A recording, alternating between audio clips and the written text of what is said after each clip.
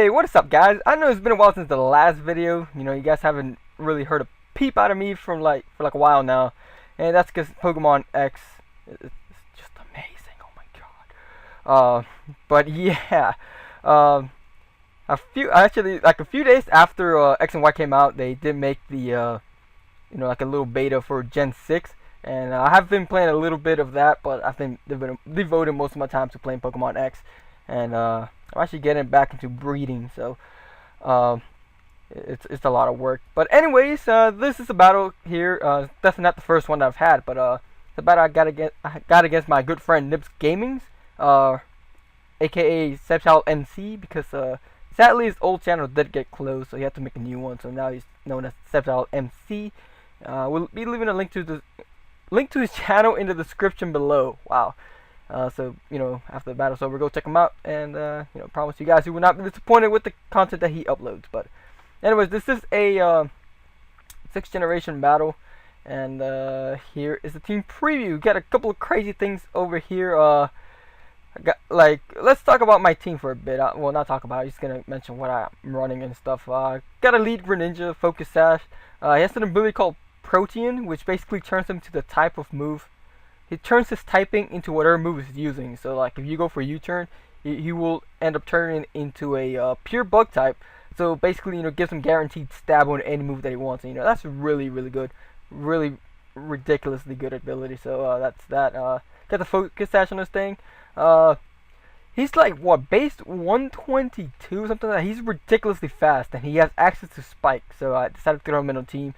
Basically guaranteed at least 2 layers of spikes with the Focus Sash, and then I'm running dual stabs in Waterfall. No, not Waterfall. I'm actually running Water Shuriken because it gets +1 priority, so that's pretty.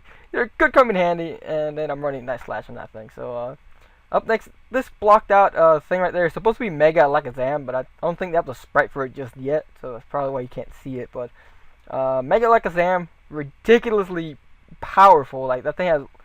It's been calculated to have 175 special attack along with 150 speed. So, there's really not much that can outspeed that thing. I mean, he's faster than freaking Shedinja. Not Shedinja. Ninjask. Ninjask is what? No, wait, never mind. I take that back. Ninjask is 170. Never mind. Just completely forget I said that. But still, 150 speed. And, that's not much that can outspeed him. Even with a Show Scarf. So, yeah, I'm just running, standard Calm Mindset that I would typically run on Alakazam, so that's that. And then of course Choice Band and Crobat. I really do think Choice Band and Crobat is going to be viable, extremely viable in OU, because it's one of the few actually good poison types that are running around.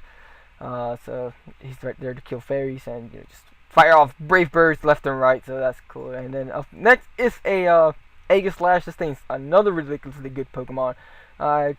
Does take a little bit of skill, I guess, to learn how to play with it because of its ability stance change. I don't know if you guys well, I'm just gonna assume you guys already know about it, so because X and Y has been out for like a week now, so I'm gonna assume what you guys know, that know what this thing does. Swords Dance, King Shield. I'm running Shadow Sneak and Sacred Sword over Iron Head because coverage, so that's that. And then physically offensive Fortress for Stealth Rock, because I got spikes on this thing. Spin, Volt Switch, and Earthquake. I believe that's what I'm running, so just nothing too fancy with that thing. So, and then last but not least is the Choice Specs Noivern. It doesn't really hit as powerful as people thought it would hit. I think his base special attack is like 86 or something like that. So, it's really not too powerful, even with the Choice Specs. But he is pretty fast. He could make a pretty decent revenge killer. Who knows? But I'm running Draco Meteor, Hurricane, U-Turn, and Flamethrower. So that, and my opponent over there, he's of course running some pretty interesting things himself. I'm not gonna really go too much into detail because we will find out what the hell he's running as I press the play button. So let's jump right into this battle. He decides to lead off with the Greninja. I believe with my Greninja. Choice Scarf. Focus Sash. So here I do end up winning the speed tie, and as you can see there, my Protean ability activates, making me a pure bug type, and that basically guarantees that Greninja dies this turn. So Greninja is now dead, and that may actually have cost him the match. Actually, Because Greninja, like I said, is really fast. It's actually extremely useful. So losing him this early on was not advantageous for Nip in any way, shape, or form. I'm gonna U-turn out into Crobat. In comes the Diggersby. This thing does get huge power. I was not expecting this Joy Scarf though, but Crobat does manage to take it comfortably. Retaliate with my own U-turn with a crit. Not too shabby. Don't know if that really mattered in the long run or not, but I am going to run to Egg Slash because I do know this thing is, in fact, Choice Scarf. So, on the Switch, I am going to set up the Sword Dance. The Malabar was coming in. I could have gone for the Sword or something like that. I'd rather just set up the Sword Dance. And I do know this thing's going to go for the Topsy Turvy, so I'm going to go for Shadow Sneak to see how much I can do with the Shadow Sneak doing. Holy shit! 87%! Not bad at all. And then he goes for the Topsy Turvy now. But even at -2, Shadow Sneak will be able to take him out, so he's going to switch out into Diggersby, most likely predicting another Shadow Sneak, but I am just going to go for a Sword Stance to try to, get my attack back to normal range. Now here I'm going to go for the King Shield just to scout what he's going to do, and if he wanted to reverse Shadow Claw, sharply lower his attack in the process. So he's going to go for the Earthquake. Here, I mean, I could have stayed in to take the Earthquake or predicted him to switch out, but I really don't feel like risking it just yet, so I'm just gonna pull double Zoidberg and switch to his Malabar. Then he's gonna switch out into his Florges, which is a really fucking bulky fairy type. But predicting that, I'm gonna go for the U-turn, and even if he wanted to stay with Malabar, it would have died to U-turn regardless. So I would have just been good either way. So I'm gonna go out to Mega like a Zamp, as I do carry the Side Shock. I wanted to see how much exactly it would do. 70%. That is a ridiculous amount of power there. He does even more damage to me with the freaking Moonblast. It's ridiculous.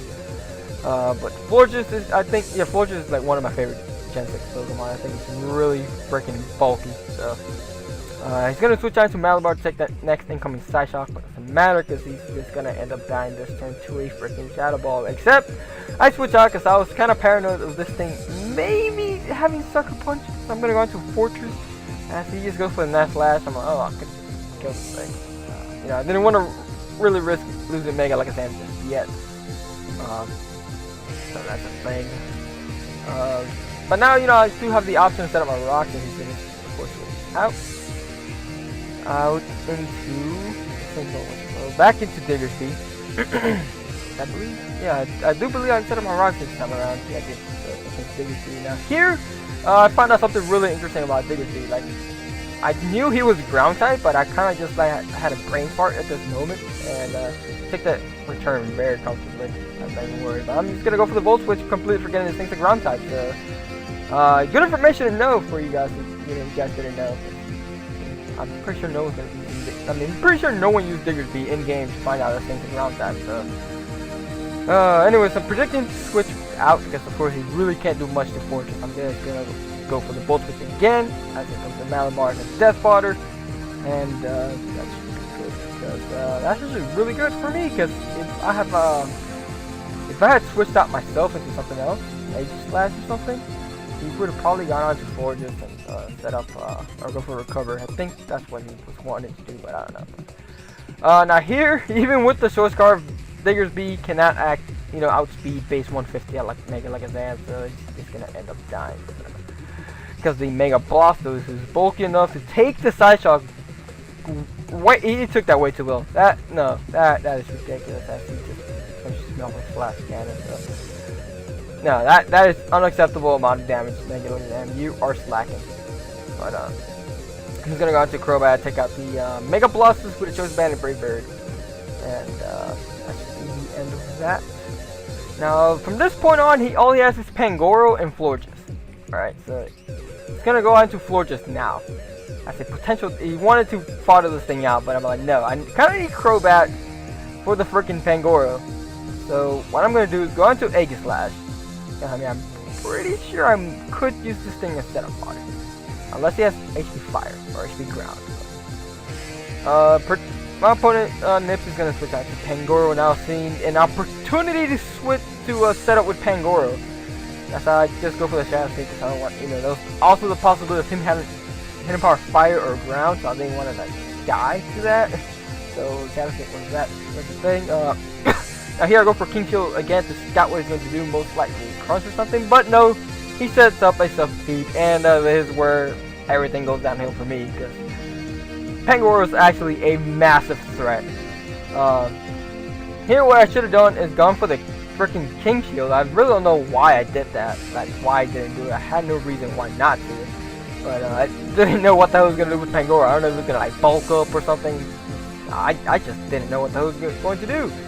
So here I'm going to go into Neuberg with Infiltrator, but I guess they haven't really implemented that change yet. That Infiltrator now can hit through substitutes and things like that. So I guess they still haven't added that yet. So luckily for me though, I do manage to break the sub on Pangoro. So he's no longer behind the sub. He's no longer, well, he's still a massive threat, but you know, now he's not as scary as he should be. So he's gonna go to Pangoro now. I mean, it's gonna take out my Neuberg with Crunch, and I'm gonna go into Greninja and fire off a Protean U-turn. So there's a lot of power behind this U-turn, and it actually doesn't even do too much because Pangoro is a fucking monster. God damn. So now I really don't know what the hell to do with this Pangoro. I'm gonna go into Fortress. Physical offensive, mind you. That did 40%. That is way too powerful. God damn. Too much. That's way too much damage. He's gonna fire off another Earthquake, as I believe I just go for the Volt Switch. Like an idiot, I should have just Earthquaked and whatever. Volt Switch out. And go right back out into Greninja. And I go for the Water Shuriken. I'm getting ahead of myself, but I definitely thought the Water Shuriken should have been enough to take him out from this range. I mean, just stab and everything. But no, it did absolutely nothing. And then he's just gonna bring me down to the sash with the hammer. Ugh. Ugh. And wow, that was actually really disappointing. I definitely thought I was gonna lose this match because of this stupid Pangoro. Now here, I did what I should have done in the first place and not just gone straight for the U-turn, checking out the freaking Pangoro. But god damn, that was actually way too close to conflict. This battle was way too close to conflict. Now all he has left is Florges, and it's just gonna die to a cross. So that would be the end of that. But god fucking damn that Pangoro did. Fuck you. Ah, damn, I don't even know what to say, but anyway, that was the match, guys. Hope you guys enjoyed. We'll try to bring some more. I could probably do some lives, but I have to like ask for battles, and I don't like doing that. I'll try to bring some more battles with this, because I mean, this man, he's been playing 6th gen for like forever now. It's only been a week, but he's been playing for years now. So he the first battle we battled, he destroyed me. I think it was like what, 5-0. It was bad. That was really bad. But anyways, like I said, I hope you bring you guys more battles with this man, because he knows his stuff. And so I hope you guys enjoyed, and looking forward to more X and Y shenanigans, because it's ridiculous and fun. Yeah. So until then, guys, bye.